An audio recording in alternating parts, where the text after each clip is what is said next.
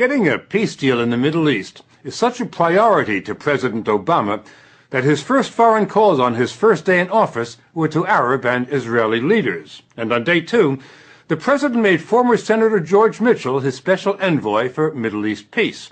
Mr. Obama wants to shore up the ceasefire in Gaza, but a lasting peace really depends on the West Bank, where Palestinians had hoped to create their state.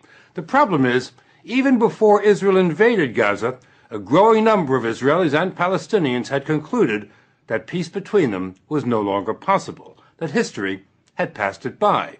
For peace to have a chance, Israel would have to withdraw from the West Bank, which would then become the Palestinian state. It's known as the two-state solution. But while negotiations have been going on for 15 years, hundreds of thousands of Jewish settlers have moved in to occupy the West Bank. Palestinians say they can't have a state with Israeli settlers all over it, which the settlers say is precisely the idea. Daniela Weiss moved from Israel to the West Bank 33 years ago. She's been the mayor of a large settlement. I think that settlements prevent the establishment of a Palestinian state in the land of Israel. This is the goal and this is the reality. Palestinians had hoped to establish their state here on the West Bank, an area the size of Delaware. But Israelis have sliced it up with scores of settlements and hundreds of miles of new highways that only settlers can use. Palestinians have to drive or ride on the older roads. When they want to travel from one town to another, they have to submit to humiliating delays at checkpoints and roadblocks. There are more than 600 of them on the West Bank. Lands like Crusader fortresses. Many are little cities, and none of them existed 40 years ago. The Israelis always take the high ground, sometimes the hills, sometimes the homes, and sometimes Arabs are occupied inside their own homes. This house, for example, the highest house on the highest hill overlooking the town of Nablus. We learned that Israeli soldiers often corral the 4 families who live here and take over the house to monitor movement down below. We're going into an apartment owned by Mr. Nassif here in Nablus. We understand that Israeli soldiers came in this morning and, without any notice, without any invitation, came into the apartment and have been there ever since. We cannot speak with you. There is a soldiers. They're soldiers? Yes. What are they doing here? We are prison here.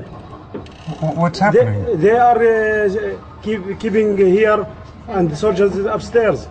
We cannot move. We cannot speak with you. You can't leave the house? No. They told you that? Yes, I can't breathe. How long are they going to stay? I don't know. Are they paying you any money? You are kidding.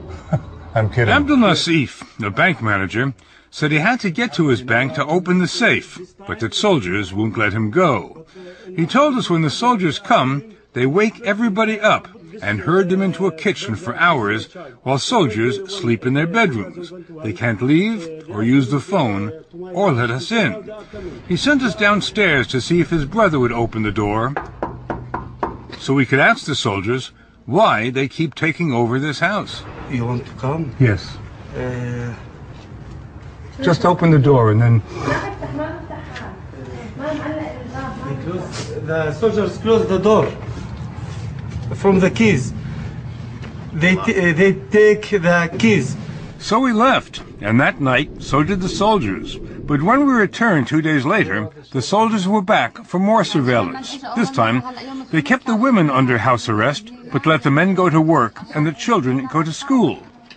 When the children returned, we caught a glimpse of 2 armed soldiers at the top of the stairs.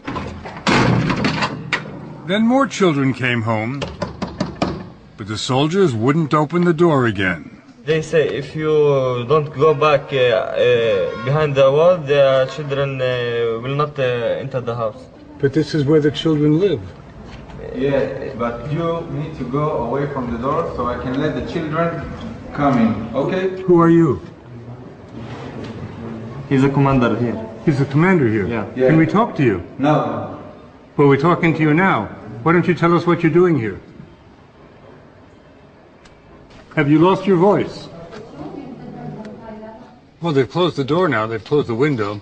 So I guess if the children are going to get home, we have to leave. So that's what we'll do.